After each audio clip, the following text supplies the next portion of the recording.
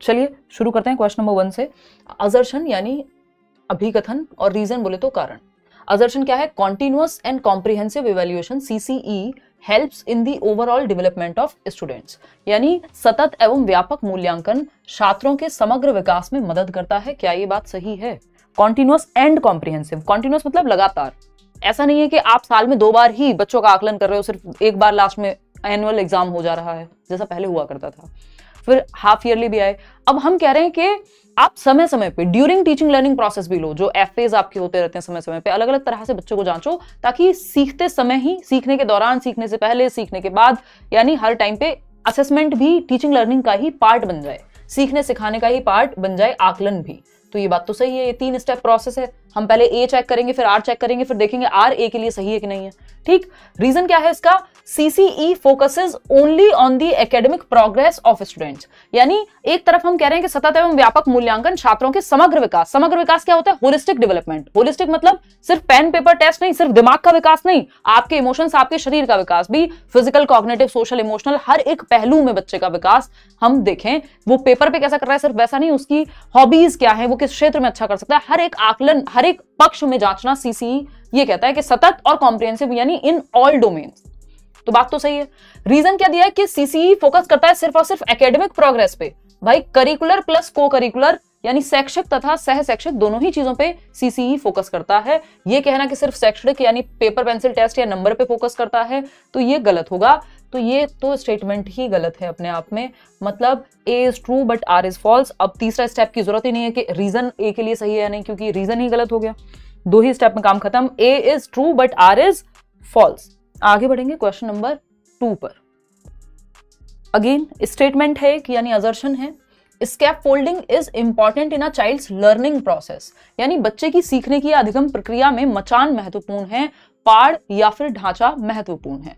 मतलब क्या है इस बात का कि जब बच्चे सीख रहे हैं कुछ भी तो वहां पे स्कैफोल्डिंग। स्कैफोल्डिंग क्या होती है? स्कैफोल्डिंग की बात वैसे ब्रूनर ने की है, बट वाइगोत्स्की की थियोरी में इसको हम यूज होते हुए देखते हैं कि जहां बच्चा अटके उसको मदद देना, टेम्परेरी हेल्प की प्रोसेस को स्कैफोल्डिंग कहते हैं। जैसे आप पेंट कराते हैं घर में या बाहर किसी बिल्डिंग में पेंट हो रहा होगा, कोई रिपेयर होने का काम हो रहा होगा, प्लास्टर चल रहा होगा, तो आप देखेंगे एक स्कैफोल्डिंग लगती है, मचान, जिसको सीढ़ी जैसा हम कह सकते हैं, एक प्रॉपर एक ढांचा है, सीढ़ी भी कहना गलत होगा, और वो तब तक ही है जब तक पेंट नहीं हो, उसके बाद वो हट जाएगा, जो स्कैफोल्डिंग है।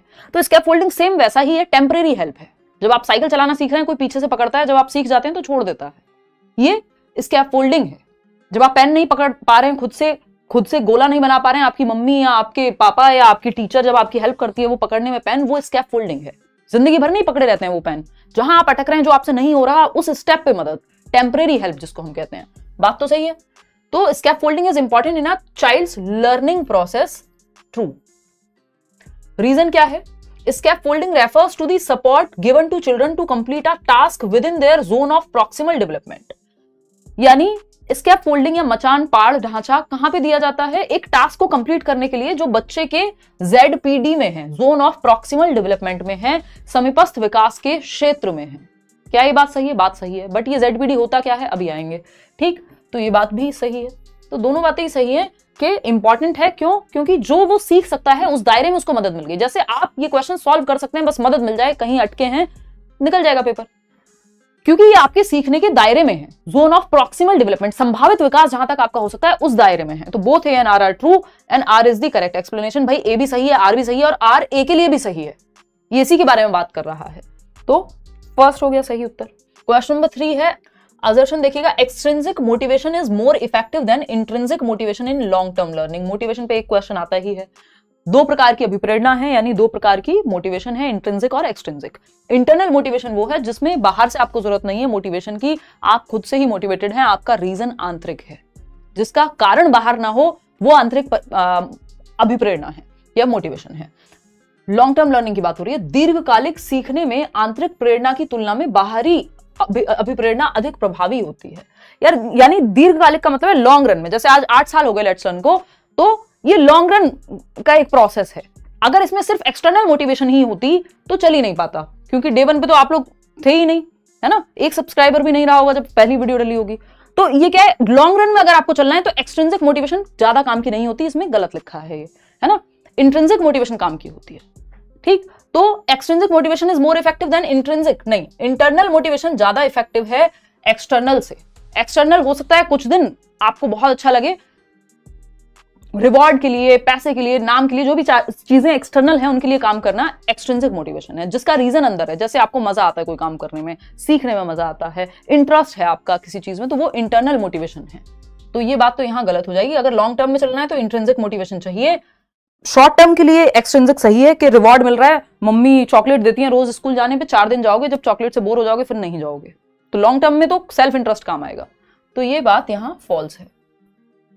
रीजन क्या है इसका? Intrinsic motivation fosters a deep engagement in learning. अगर आप आंतरिक रूप से अभिप्रेरित हैं, इंटरनल मोटिवेशन है, locus of control, centre of motivation, motivation का जो केंद्र है वो इंटरनल है, यदि कि आपकी रुचि है किसी काम को करने में, आपको मजा आता है किसी चीज को सीखने में, learning for the sake of learning, सीखने के लिए सीखते हैं आप कोई चीज, तो डीप एंगेजमेंट होती है आपकी उसमें, बाहर से कुछ रिवॉर्ड मिल रहा हो या नहीं मिल रहा हो। While extrinsic motivation focuses on external rewards, हाँ, बाहरी अभिप्रेरणा बाहरी रिवॉर्ड्स पे फोकस करती है, पैसे मिलेंगे, इतने लोग लाइव आएंगे, इतने वीडियो चलेगी, इतने व्यूज आएंगे, या फिर आपको पापा साइकिल दिलाएंगे जब आप फर्स्ट आएंगे, ये सब एक्सटर्नल फैक्टर्स हैं। एक्सटर्नल फैक्टर शुरुआत में ठीक है थोड़ा बहुत पुश करने के लिए, लेकिन आपको बच्चे को इंटरनल मोटिवेशन प्रदान करनी है ताकि वो अपने इंटरेस्ट से कोई काम करे। तो ये बात जो है यहाँ पे इंट्रिंसिक मोटिव, हाँ ट्रू है। क्या जवाब दे रहे हैं आप लोग? तो ए तो फॉल्स हो गया, बट आर जो है वो सही है यहाँ पे कि इंट्रिंसिक मोटिवेशन डीप एंगेजमेंट लेकर के आती है। तो A is false but R is true. Fourth option is the right answer. A गलत है, आर सही है।